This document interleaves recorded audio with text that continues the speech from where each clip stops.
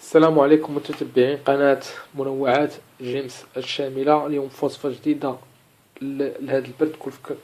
كلنا كنعرفوا بأن في هذا الفصل هذا كيتزادوا المضاعفات ديال الانفلونزا، منها السعال سواء الجاف أو السعال اللي كيكون فيه بلغم. هذه الوصفة هذه صالحة للحساسية ديال الصدر والربو، يعني تخفيف ديال النوبات ديال الربو والانف والحنجره والتهاب الحلق، وكيف قلت لكم السعال اللي كيكون جاف واللي كيكون صعيب شويه في هذا الايام البرد. هذه الوصفات هي مكونات بسيطه بزاف، منها الكركم، وعندنا العسل، كاس ديال الحليب، 7 حبات من القرنفل، والثوم الاحمر 5 حبات منه حتى هو. بالنسبة للكركم هو كيحتوي على مواد فعالة ومضادة للبكتيريا ومضادة أيضا للفيروسات، وكيحتوي كذلك هذا الكركم هذا اللي كنعتبرها أنا رائع في علاج السعال الجاف، فهو مضاد للالتهابات وأيضا كيجعلو مفيد للسعال، لأنه كيحتوي على واحد المادة اللي هي الكركمين، اللي هي اللي كتعمل على إذابة البلغم في الجسم الإنسان. هذا من جهة أخرى، فاش كنهضروا على القرنفل، وهو قرنفل يهدئ من انقباضات ديال القصبة الهوائية وكيعالج التهاب الحنجرة والحلق. وما نساوش الثوم اللي هو مضاد للفيروسات بشكل فعال جدا. الآن غادي نمروا لتحضير الوصفة اللي غادي نغليو فيها كاس ديال الحليب، وغادي نضيفوا لها هذه المكونات ونكملوا بقية الفيديو.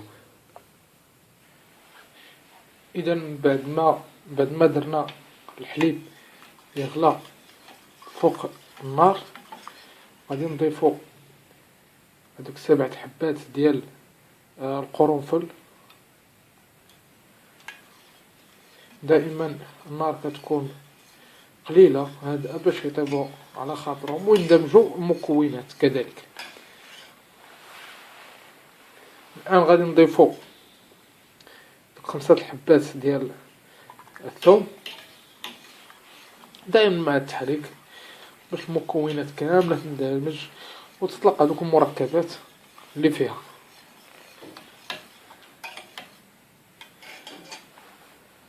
الآن غادي نضيفو نصف ملعقة من الكركم،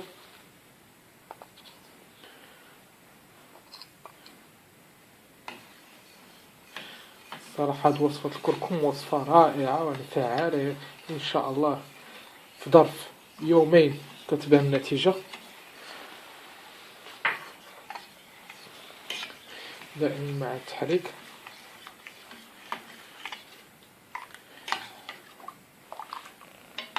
تفيض لنا هذا الحليب.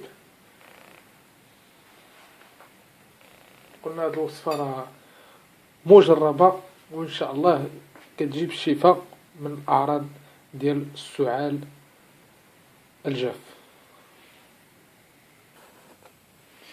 إذا من بعد ما وجد لنا الكاس اللي فيه القرنفل والثوم والكركم كيولي على هذا الشكل هذا، الآن بقى لنا نضيفو العسل اللي كنخلوه دائما هو الأخير، يعني ملعقة صغيرة من العسل للتحلية باش كيعطينا واحد المذاق رائع.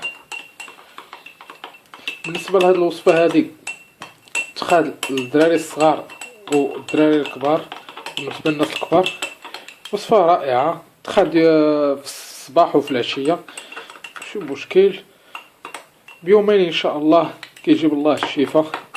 اذا كتكون على هاد الطريقة وبالشفاء ان شاء الله لكل مريض، وجربوها ما غاديش تندموا، راها وصفة فعالة وان شاء الله بالشفاء.